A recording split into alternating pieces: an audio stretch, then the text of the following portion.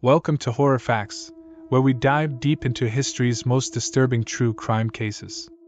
Today, we're exploring the horrifying story of Ed Gein, the man whose gruesome crimes shocked the world and inspired some of Hollywood's most terrifying characters. This video will take you through the twisted mind of Gein and the shocking discovery of his most infamous murder. Viewer discretion is strongly advised.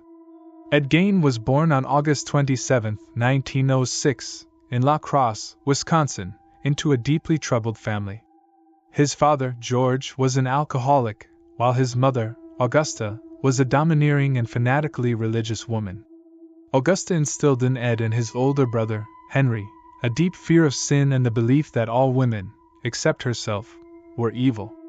The Gein family eventually moved to a remote farm outside of Plainfield, Wisconsin, where Ed lived in near isolation.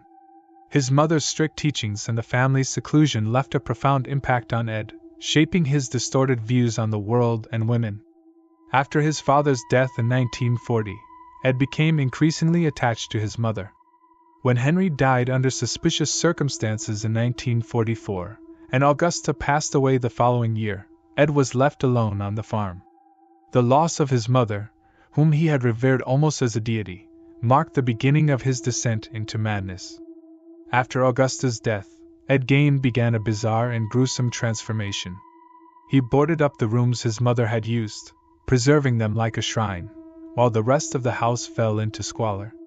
Ed's mental state deteriorated rapidly, and he became obsessed with death, anatomy, and the female body.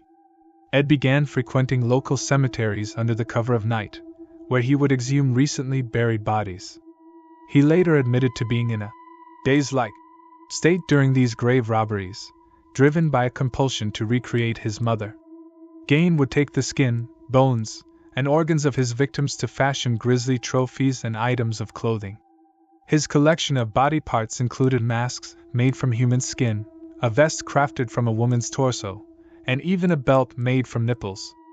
These macabre artifacts were Gein's attempt to create a woman's suit, so he could literally step into his mother's skin. However, his horrific activities were not confined to grave robbing alone. Ed Gein's most infamous crime took place on November 16, 1957, in Plainfield, Wisconsin.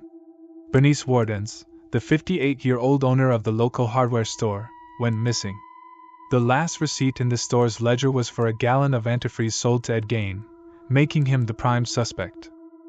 When authorities arrived at Gein's farmhouse to investigate, they were unprepared for the nightmare that awaited them. Inside, they discovered Bernice Wardens' decapitated body hanging upside down, gutted like a deer. Her head was found in a burlap sack, and her heart was placed in a plastic bag near the stove. But the horror didn't end there. As investigators searched the house, they found an unimaginable collection of human remains. There were bowls made from skulls, chairs upholstered in human skin, and a lampshade crafted from a face. The house was filled with evidence of Gein's gruesome activities, which shocked even the most seasoned law enforcement officers. Ed Gein was arrested that same day and confessed to the murder of Bernice Wardens and the earlier murder of Mary Hogan, a tavern owner who had disappeared in 1954. However, Gein's crimes extended far beyond these two murders. The remains of at least 15 women were found in his home, though most of them were from the graves he had robbed. During his trial, Gein was declared unfit to stand trial due to his insanity. He was sent to the Central State Hospital for the Criminally Insane, where he remained for the rest of his life.